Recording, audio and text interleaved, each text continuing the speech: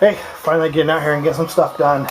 And this is what I was doing with all my time. I built that storage loft over this last couple weeks, and that's what's been taking up all my time. Got a little bit of foam in, and one tip I wanted to say real quick is that you can see here my bench work isn't level, and I didn't really care when I did this because I was just using the skin as support. But now I've got it level to where it's level, and you can see the gap here. One of the great things to use for that is this great stuff. Because it's super adhesive. It will adhere this foam really well to the board, and it'll cover this gap. Whereas you couldn't do that with like a caulk adhesive. You just wouldn't be able to build up that gap like that. Where this stuff will build it up really easy. So just a little tip. As you can see, my bench work consists of a couple of the main structure components, and then off of the main structures are these almost joist-like things coming off of it, and it's actually a very sturdy way to do it. And then the skin up here, the skin that spans everything, is glued and nailed, and it creates a solid like skeleton almost. And so you see the bus wires run in here also, so that's all done and everything. But yeah, the way it's made is very solid. Also, I took John's idea and I made myself a little tripod for my camera. Some of my camera is about the size of a cell phone, so I use that. So thanks, John. Okay, I'm waiting for some of my foam to cure from the great stuff. It's all on there and kind of leveled out right now. I have an HO scale layout. It's going to be based in modern times, like I said, between Central Valley of California. It's technically it's a loop, but really it's a point-to-point with only one way around the loop. And there'll be a north-south to it, so that when it's operated, it'll be operated as a point-to-point, really. But if I wanted to do a continuous running while I was working on something or doing some switching somewhere, then I could also have that opportunity to do that. It's BNSF, which is the big one here, and then the Central Valley, I think it's Central Valley Railroad is the branch line that I'm going to kind of mimic there. It's a freelance based on a prototype, with the industries all being actual industries on the prototype line. This is kind of a flow chart I came up with, and basically on the layout there's going to be two yards. There's going to be the Fresno yard, and then there's going to be Bakersfield yard. The Bakersfield yard will be our main yard, but out of the Fresno yard will flow the local traffic for downtown Fresno, and then also an interchange to Oregon. And then out of the Bakersfield yard, our main yard, will flow the interchange to Arizona, the local traffic, and possibly, not sure yet, the interchange to the Cajon sub, which is still a BNS sub that goes to the west. And the local traffic out of Bakersfield is going to be, there's going to be two locals. There's going to be the Tulare, this is probably just going to be Tulare, not Exeter. Tulare and Bakersfield. This is just outside the yard at Bakersfield, so this local will service those industries just outside the yard in Bakersfield and Tulare. And the second local will be downtown Bakersfield on the layout. So those industries are still yet to be determined. Basically, the jobs on it will be a Fresno yard job, and that's getting the switching in the yard to get local set up and everything like that, and then also the interchange. The Fresno local, of course, the Bakersfield yard job.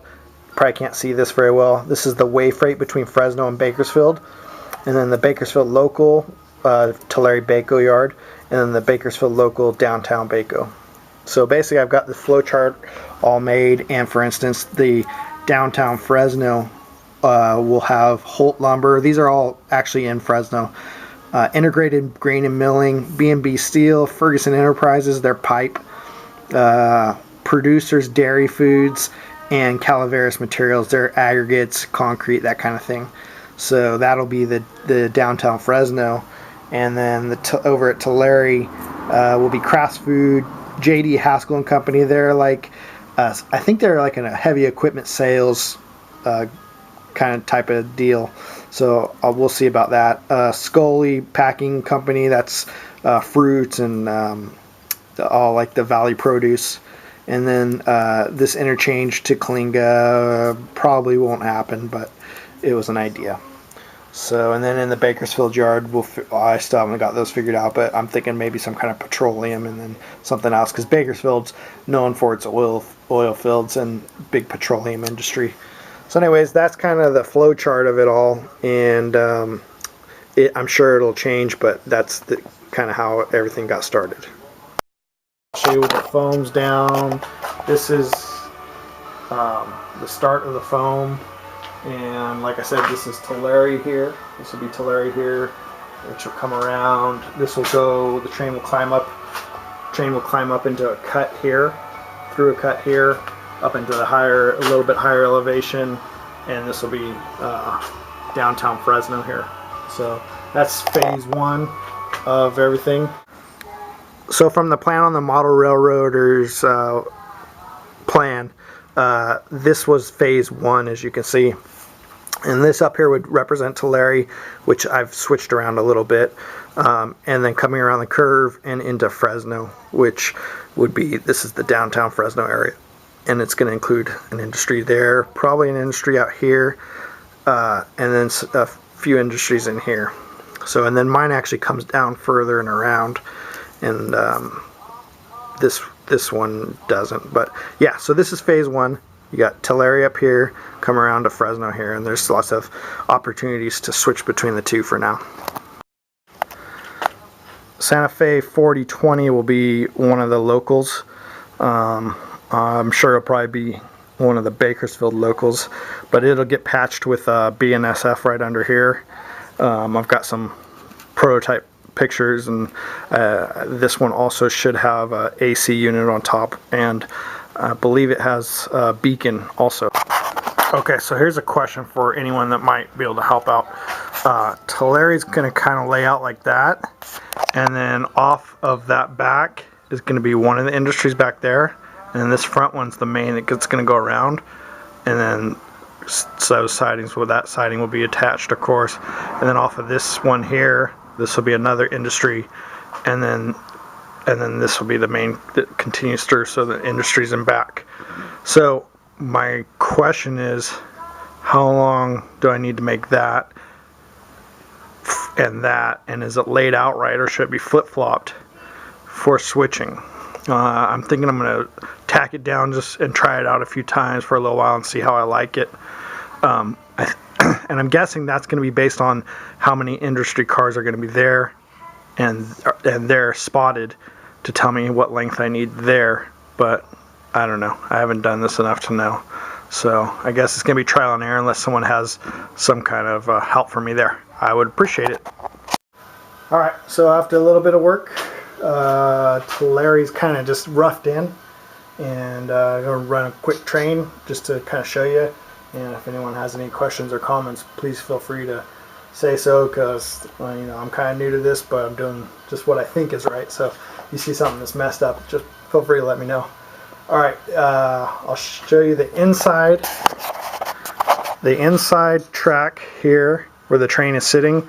That's the main line, and the orientation from the train is he's coming from Fresno, and then up line there, this is going south, so down line there would be on the way to Bakersfield. So he's coming from Fresno through to Bakersfield, and he's stopping in Tulare, and Tulare will have the two industries, which will be one here, and then that track right there is the second industry, and that's the main line going around to Bakersfield.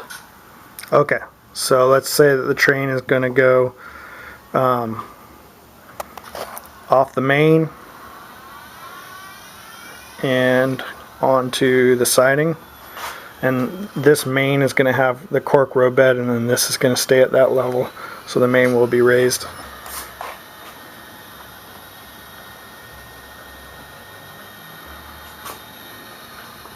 We'll just put this Pacific Fruit Express at our first industry back there. Not real exciting stuff, but you know how it goes. We're just testing stuff.